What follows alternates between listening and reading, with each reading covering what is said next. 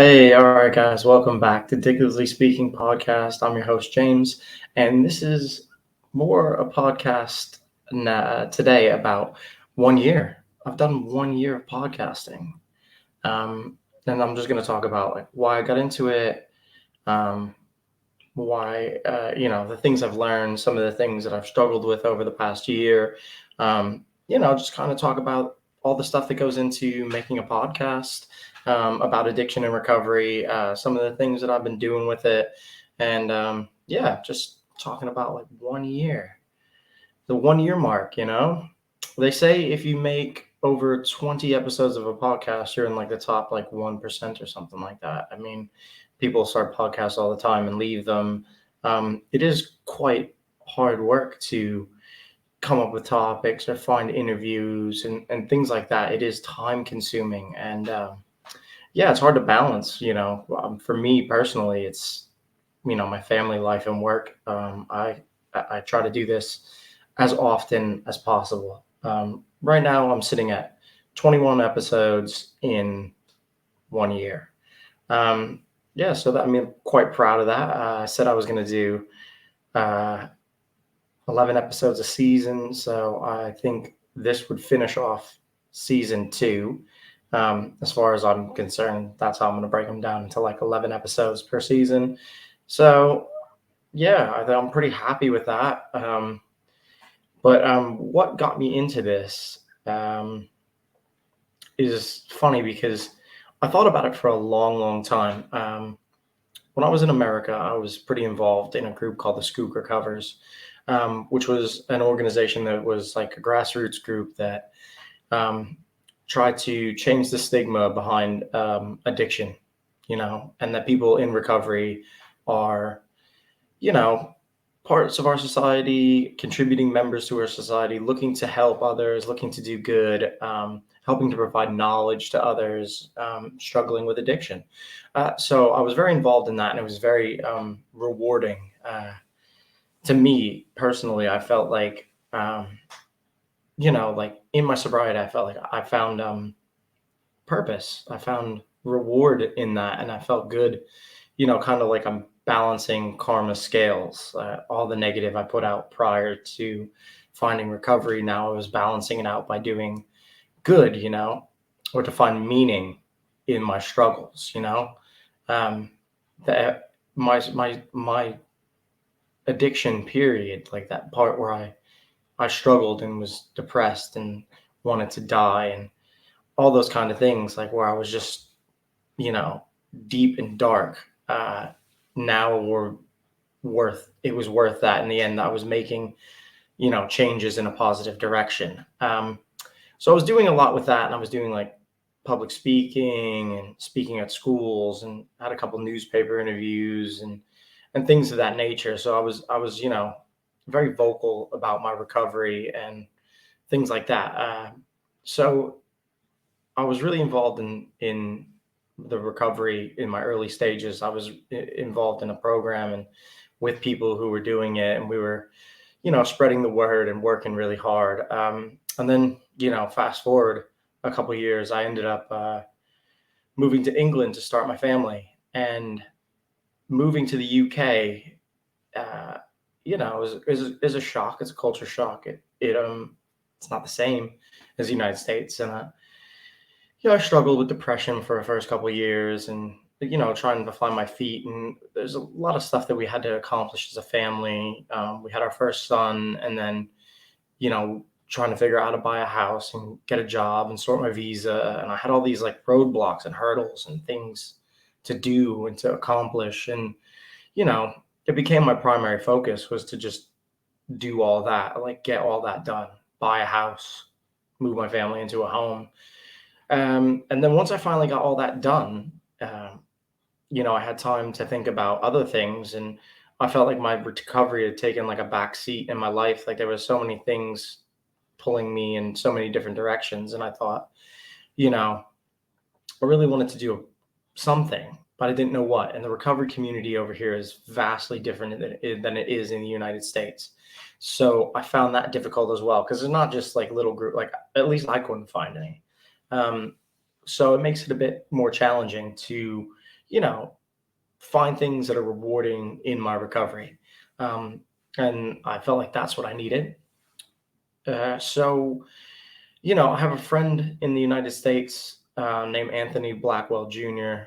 He has a podcast, the ABJ podcast. He had one previous to that, which was the interviews with everyday people. And he had like a podcast community that he started. He did a bunch of them. And I always watched it. I always like watched it from afar and kind of like was really like, oh wow, that's really cool. Like that he's doing that and like just, stepping out of his comfort zone and probably doing something, that most people wouldn't try or even attempt to do because of the fear of failure, right? Like nobody wants to, fail at something. And so I kind of was like in this boat where I was like in that spot where I'd watch him and I think, oh man, I'd love to be doing that. But I just was afraid and I didn't know how to start.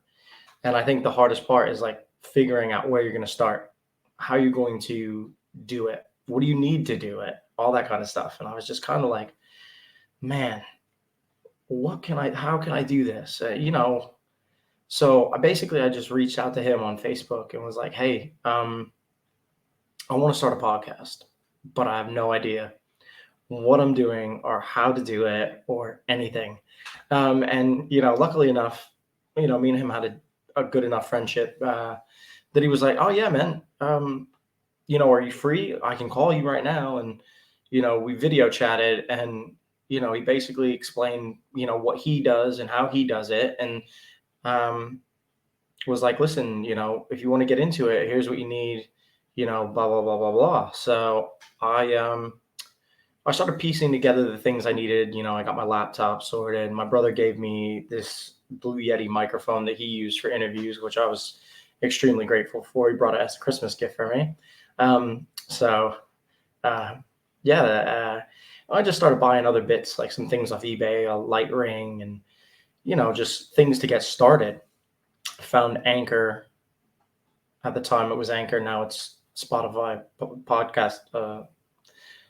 I can't even talk. Spotify for podcasters.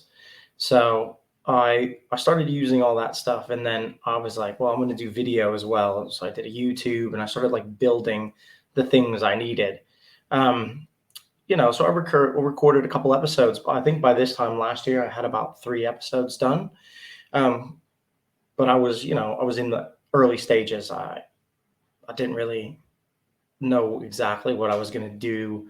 I was just getting some stuff done and just seeing what happened with it. Because I had no idea. I had no idea if anybody was going to listen or, some other bits like, what is marketing? How do you market this? How do you create an audience? Like things like that. So I had no idea what I was doing. So I kind of went about it very naive and, just learn as I go, I think. And I think I'm still learning. I'm still, building the brand and working really hard. I've created, the Facebook page and Instagram. I have videos on TikTok. I'm trying to do a bit of everything to market this, to get it out there. I'll do some promotion with Google ads and things like that. So I've looked more into like broadening the reach because it is difficult. And I understand that like addiction and recovery is like a very niche type of thing. Like it's not like I'm doing a sports podcast or a wrestling podcast or, a finance podcast that like tons of people are into like a lot of that kind of stuff. I think I have a very select group of people that I'm speaking to. I'm speaking to a very, specialized group, like, people in addiction, people struggling with depression and addiction issues, or, just think they might be, they might have a problem in their life and they're not really sure how to go about fixing it. Maybe they don't want to go to 12 step or they're afraid to admit that there's an issue or, just a ton of things. So I'm trying to reach out to that audience and to help people. And I'm just trying to figure out how to build this podcast. So, in the beginning, stock logo, went with the basics, went with something that I thought I liked and just kind of stayed with it for as long as I could. And then as I got farther along, building and growing, and people are listening to the podcast, people are telling me what a great thing it is, and like, that's really like rewarding in a sense that I'm doing something that is potentially helping people, and that was the goal from the start when I just envisioned it, when I decided that that's what I was going to do and that's what my aim was. So the positive feedback has been tremendous. I've also got tons of help from ABJ, giving me advice and just being like like my shoulder to cry on, if you will. Yeah, he's like my go-to guy. We talk about things. We talk about how frustrating it is to like try to build numbers and try to grow an audience, and like how do you do that and what does that look like? Because nowadays you watch people blow up on YouTube and TikTok, and it takes like two videos and these people are famous. And I'm not saying I want to be famous, I'm not saying I want to make millions, but I do want to reach an audience. I do want people to see it and to help, hopefully. I just think it's hard to figure out how that works and how that marketing works and how the distribution of your podcast works, and how that all plays into it. Because if I'm doing it and nobody's hearing it and nobody's listening to it, then I'm not helping anybody. So yeah, so it's just these challenges that I'm trying to figure out. But we're a year into it. I think about halfway through the year, I jumped onto a website for freelancers, and I was looking for a graphic designer to, to give me a logo, to give me something that was, original, that was encapsulated me and what I was trying to get across. Um, and I met a guy named Eddie, and he created the logo that is, the logo I use today for the podcast. And honestly, it is exactly what I wanted. I can't praise him enough. He came back with 3 or 4 revisions. He worked with me. We still actually talk to this day. He gives me some great feedback and, advice when it comes to, designing things and stuff like that. Cause I've branched out and decided to do, some merchandising with the podcast to help create some revenue, because like podcast things are expensive, like to buy stuff, or if you want a new mic, or if you want a subscription to StreamYard, or, any other thing that you need. All this stuff costs money. Promoting costs money. It's all monetary. I need to make something to give something. So if it doesn't all have to come out of my pocket, in the end, like it's helping me because um, so I created some merch with the logo that he created, and then he, because he is such a stand-up dude, um, he revised the logo so that it fit better on printed items like t-shirts and jumpers and things like that. So like the guy is like legit. I love him. I think he's great. Culture Soldier gear. That's his thing. Um, but yeah, he really helped me out in the beginning. So it's like these things, like these people that have helped me build this podcast and grow this podcast. I truly appreciate these guys, um, because they're helping me navigate. They're helping me build an audience and build the podcast up. So in the year, I think I've released another 10 episodes or 11 episodes. Um, I plan to continue finding interviews, which has posed an issue for me over the past 6 months or so. I had a ton of interest. I had a couple people, Facebook messages and DMs and stuff like that. But it's just nailing people down, basically. I had some great interviews in the beginning with some people, like Tim and Eva, and then Lorenzo and Khalees and Neetha from the Recovery Coach Academy. Um, so I had some great interviews, in the first season. but I found it hard to get anybody locked in. Plus, it's just it's really hard because a lot of the people I meet are from the United States and not from the UK. So there's time zone issues, there's time differences, there's when is it good for me to podcast and when is it good for them to podcast, and those times never seem to line up. So yeah, I find it a bit it's a bit frustrating because you want to give people, you know, something different than just me droning on for 25 minutes about a topic. So yeah, I'm thinking, how am I going to get interviews? Hopefully, fingers crossed, I have one lined up that'll be coming shortly. So hopefully I'll get that recorded and out to everybody shortly. But yeah, it's become a task and a half because people are, they want to come on, they want to share, they want to, share their story and share hope with people. But yeah, it's just locking people in. So I found that as a challenge. So these are the things, for the next, you know, 6 months or so that I'll probably work towards, locking in a couple more interviews. Maybe what I'd like to do is to just plan out, record more um, podcast episodes and put them aside and just leave them. So I'm not recording on like recording, releasing, recording, releasing, recording, releasing. I found that very challenging. At one point, I just felt like I didn't have the time. There wasn't enough minutes in the day for me to do it, and get things done. And then also, with life comes life stuff, battle with depression.